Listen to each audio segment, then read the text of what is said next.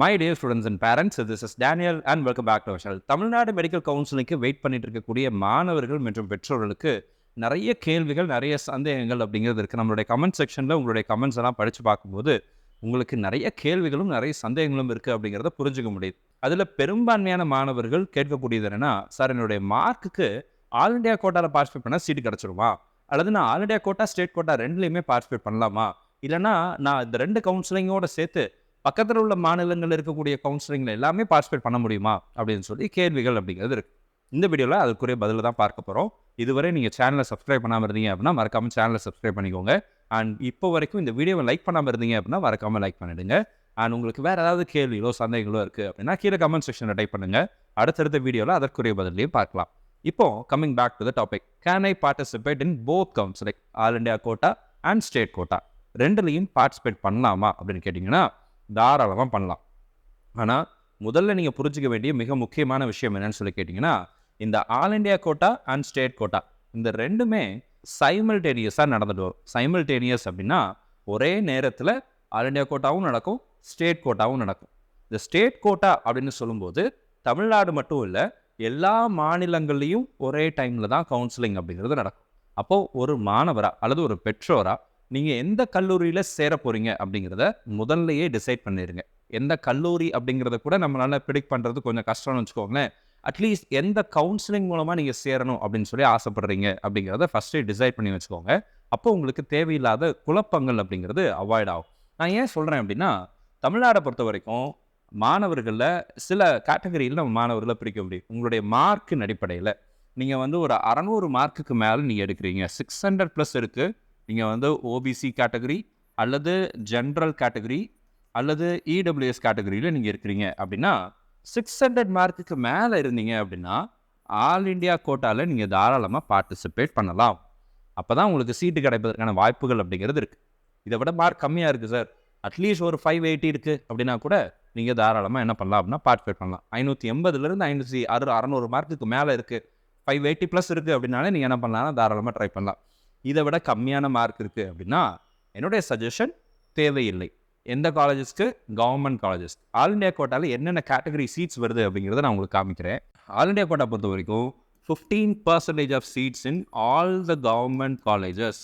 Tamil Nadu India ஃபுல்லாக இருக்கக்கூடிய government காலேஜஸில் இருக்கக்கூடிய 15% ஆஃப் சீட்ஸ் வருது. இப்போது அதர் ஸ்டேட்டில் இருக்கக்கூடிய ப்ரைவேட் காலேஜஸ் இந்த லிஸ்ட்டில் வராது. தமிழ்நாட்டில் இருக்கக்கூடிய ப்ரைவேட் காலேஜஸும் ஆல் இண்டியா கோட்டாவில் வராது. அதே மாதிரி வேறு மாநிலங்களில் கேரளா, கர்நாடகா, ஆந்திரா, தெலுங்கானா எந்த ஸ்டேட்டாக எடுத்தாலும் சரி, அங்கே உள்ள ப்ரைவேட் காலேஜஸ் இந்த ஆல் இண்டியா கோட்டாவில் வராது. ஆனால் 100% சீட்ஸ் இன் டீம்டு யூனிவர்சிட்டிஸ் எல்லாமே இந்த கவுன்சிலிங்கில் வருவாங்க. 100% சீட்ஸுமே உங்களுக்கு அதில் தான் ஃபில் ஆகும். அப்போது நீங்கள் பக்கத்து மாநிலங்களில் அந்த இந்தியாவில் இருக்கக்கூடிய ஏதாவது ஒரு டீம்டு யூனிவர்சிட்டியில் நீங்கள் சேரணும், 20 லட்சம் 25 லட்சம் கட்டி நான் சேர போகிறேன் அப்படின்னு நினச்சிங்கன்னா நீங்கள் ஆல் இண்டியா கோட்டாவில் பார்ட்டிசிபேட் பண்ணலாம். இந்த ரெண்டு கேட்டகரி ப்ளஸ் நீங்கள் நல்ல மார்க் வச்சுருக்கிறீங்கன்னா எய்ம்ஸுக்குரிய 100% சீட்ஸ், ஜிப்மருக்குரிய 100% சீட்ஸ், சென்ட்ரல் யூனிவர்சிட்டிஸ், ஏஎஃப்எம்சி இந்த மாதிரி காலேஜஸ்க்குரிய 100% சீட்ஸ் உங்களுக்கு இதில் தான் வருது. ஸோ ஆல் இண்டியா கோட்டாவில் நீங்கள் போய் சேர்வதாக இருந்தால் ஒன்று கவர்மெண்ட் காலேஜஸ் இல்லைன்னா டீம்டு யூனிவர்சிட்டிஸ். இந்த ரெண்டு தான். மார்க் அதிகமாக இருந்தால் கவர்மெண்ட் காலேஜஸ். நான் நீட்டில் குவாலிஃபைங் மார்க் தான் வாங்கியிருக்கிறேன், நான் 108 மார்க் தான் எடுத்திருக்கிறேன், 108க்கு மேலே நான் எடுத்திருக்கிறேன், நான் 100 150 மார்க் 200 மார்க் தான் எடுத்திருக்கிறேன் அப்படின்னா நீங்கள் டீம்டு யூனிவர்சிட்டிஸ் மட்டும் தான் பார்ட்டிசிபேட் பண்ண முடியும். அதுதான் நமக்கு கிடைக்கக்கூடிய வாய்ப்புகள் இருக்குது. நீங்கள் இதுவும் போடலாம், கவர்மெண்ட் காலேஜஸும் போடலாம், உங்களை யாரும் வேண்டான்னு சொல்ல மாட்டாங்க. ஆனால் கிடைக்கக்கூடிய வாய்ப்புகள் அப்படிங்கிறது குறைவு. இந்த காலேஜஸ் எல்லாம் கிடைக்காது அப்படிங்கிறத நம்ம யதார்த்தத்தை புரிஞ்சுக்கணும். டீம்டு யூனிவர்சிட்டிஸ் 100% ஏதாவது ஒரு காலேஜ் கண்டிப்பாக கிடச்சிடும், அதில் மாற்று கருத்து இல்லை. இந்த ஸ்டேட் கோட்டா அப்படிங்கிறது என்னென்னா, தமிழ்நாடு உட்பட எல்லா காலேஜஸ், தமிழ்நாட்டில் உள்ள எல்லா ப்ரைவேட் காலேஜஸ் எல்லாமே இதில் தான் வரப்போகுது. 100% seeds in private colleges and private universities இது ஸ்டேட் கோட்டாவில் வரும். இந்த ஸ்டேட் கோட்டாவை நம்ம ரெண்டு இதாக பிரிக்கலாம். ஒன்று கவர்மெண்ட் கோட்டா, இன்னொன்று மேனேஜ்மெண்ட் கோட்டா. உங்களுடைய மார்க்குக்கு தகுந்த மாதிரி நீங்கள் கவர்மெண்ட் கோட்டாலையும் பார்ட்டிசிபேட் பண்ணலாம், மேனேஜ்மெண்ட் கோட்டாலையும் பார்ட்டிசிபேட் பண்ணலாம். இப்போ coming back to the question, can I participate in both counselling, all India quota state quota ரெண்டுலையும் பார்ட்டிசிபேட் பண்ணலாமான்னு கேட்டிங்கன்னா தாராளமாக பண்ணலாம். ஆனால் உங்களுக்கு ஃபர்ஸ்ட் ரவுண்டில் ஆல் இண்டியா கோட்டாவில் ஒரு சீட்டு கிடச்சிருக்கு, சே ஃபார் எக்ஸாம்பிள் ஏதாவது ஒரு கவர்மெண்ட் காலேஜ் கிடச்சிருக்கு அல்லது டீம்டு காலேஜ் கிடச்சிருக்குன்னு வச்சுக்கோங்க. இப்போ அதே மாதிரி ஃபர்ஸ்ட் ரவுண்டில் ஸ்டேட் கோட்டாலையும் ஏதாவது ஒரு கவர்மெண்ட் அல்லது ஒரு ப்ரைவேட் காலேஜ் உங்களுக்கு கிடச்சிருக்குன்னா இந்த 2 காலேஜில் ஏதாவது ஒரு இடத்துல தான் நீங்கள் சேர முடியும். 2லையும் சேர முடியாது. ஏதாவது ஒரு இடத்துல. ஏன்னா 2 இடத்துலையுமே நீங்கள் உங்களுடைய சர்டிஃபிகேட்ஸ் எல்லாம் கொடுக்க வேண்டியிருக்கும். எந்த காலேஜில் சேர்றீங்களோ அங்கே சர்டிஃபிகேட்ஸ் கொடுக்கணும், ஃபீஸ் கட்டணும், இந்த மாதிரி விஷயங்கள்லாம் இருக்குன்றதுனால இந்த 2 ஏதாவது ஒன்று நீங்கள் சூஸ் பண்ணலாம். அண்ட் ரிமைனிங் இதை ஃப்ரீ எக்ஸிட்டில் விட்டுறலாம். First round is free exit all over India.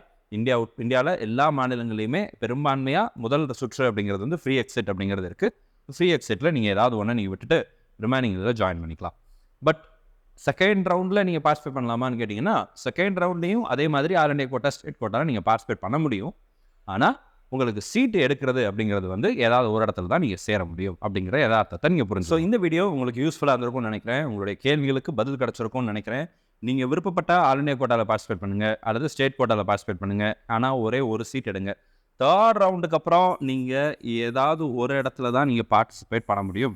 இதுவரை உங்ககிட்ட எந்த விதமான சீட்டும் இருக்கக்கூடாது.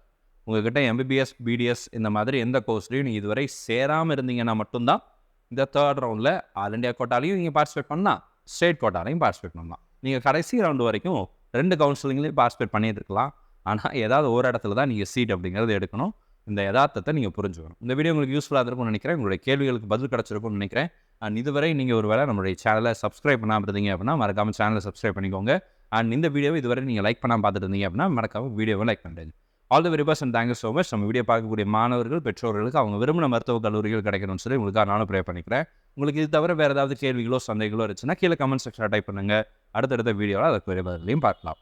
All the very best and thank you so much.